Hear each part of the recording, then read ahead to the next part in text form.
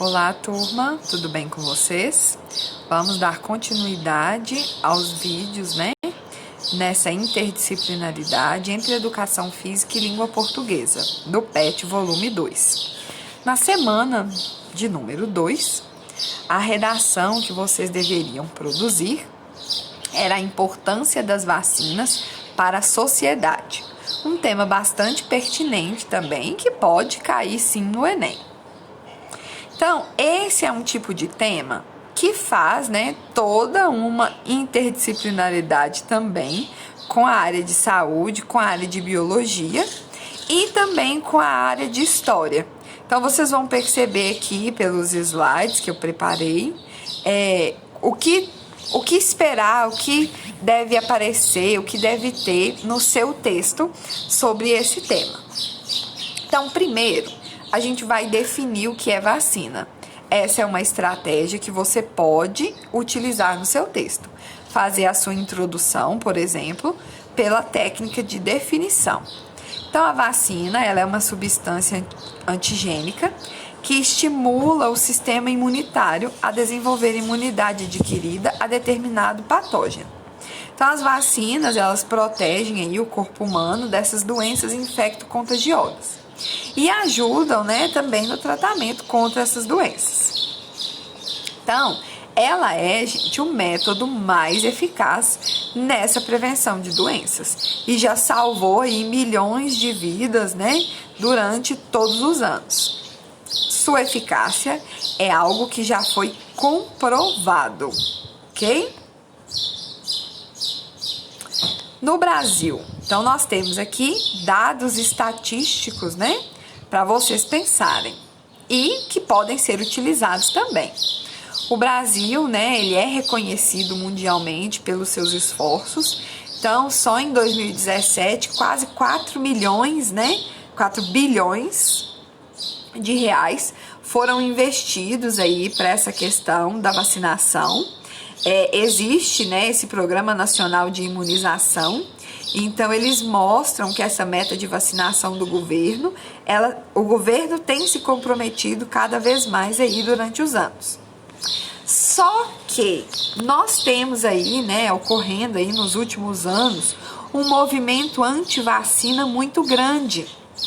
E aí, as crianças, os recém-nascidos, em geral, eles não conseguem ir sozinhos se vacinarem.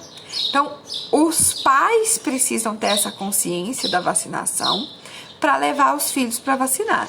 Então, em 2014, por exemplo, no Nordeste, existiram aí mais de 800 motivos que os pais listaram para não levar os filhos para vacinar. Então, tem rodado aí muitas fake news, falando que a vacina adoece, falando que a vacina faz mal. E aí, muitas vezes, a falta de instrução faz com que as pessoas realmente acreditem nisso e não levem seus filhos para vacinar. Então, isso tem contribuído negativamente para o processo de vacinação no Brasil. É um dado importante que precisa aparecer no seu texto. Então, segundo aí o Renato Kfouri, o vice-presidente da Sociedade Brasileira de Imunizações, um dos maiores motivos para essa queda está ligado, à percepção de risco à doença. Então, as pessoas, se elas não veem, falando que alguém morreu de sarampo, que alguém morreu de rubéola, que atacou as pessoas ou que deixou sequela nas pessoas, as pessoas não acreditam. Então, é uma cultura, quase que uma cultura do medo. Então, se a pessoa não tem medo, ela acaba não levando o filho para vacinar ou também não se vacina. Então, nós tivemos aí, no ano anterior, um surto muito grande de sarampo em diversas capitais do Brasil, em diversas cidades, e isso só aconteceu por causa desse declínio aí nessas famílias não levando os filhos para vacinar. Então, há também aí uma dificuldade, né, no horário de funcionamento dos postos de saúde, porque geralmente eles têm o mesmo horário de funcionamento que os pais estão trabalhando, 7 às 4, 8 às 5. Então, a falta de um horário alternativo também contribui para que as famílias, né, elas não vão aos postos de saúde para vacinar os filhos. Então, tudo isso que eu tô falando, você já tem que ir pensando de gancho lá para sua proposta de intervenção. Porque a gente já falando dos problemas aqui, dá para você já pensar nas melhorias. O que precisa melhorar? O que dá para propor, né, lá nessa proposta de intervenção para amenizar esse problema dentro, né, da sociedade. Vamos analisar esse gráfico agora. Observem aí, olha. A taxa de vacinação da poliomielite em 2016, ela foi a menor nos últimos 12 anos. Então, é um tipo de pesquisa que fortalece o seu argumento quando você fala que os pais não estão levando os filhos para vacinar. É preciso provar isso e aqui, através dessa pesquisa, desse dado, né, do gráfico, é possível, né, fazer essa comprovação. Outra ideia, gente, eu deixei aqui, tá aqui mais no final, mas isso pode ser colocado tanto na introdução ou quanto no segundo parágrafo do texto, né? Que é falar desse contexto histórico da revolta da vacina. A vacina, ela tem esse histórico, né, negativo, porque em novembro, né, aí de 1904, quando a cidade do Rio de Janeiro ainda era a capital do Brasil, né, foi organizada essa revolta da vacina, né, um motim popular contra a lei que determinava a obrigatoriedade da vacinação para varíola. O médico sanitarista, né, Oswaldo Cruz, que encabeceou toda a ideia da vacina, e aí a população com medo, a população sem informação, se revoltou porque não queria ser vacinada. Tá?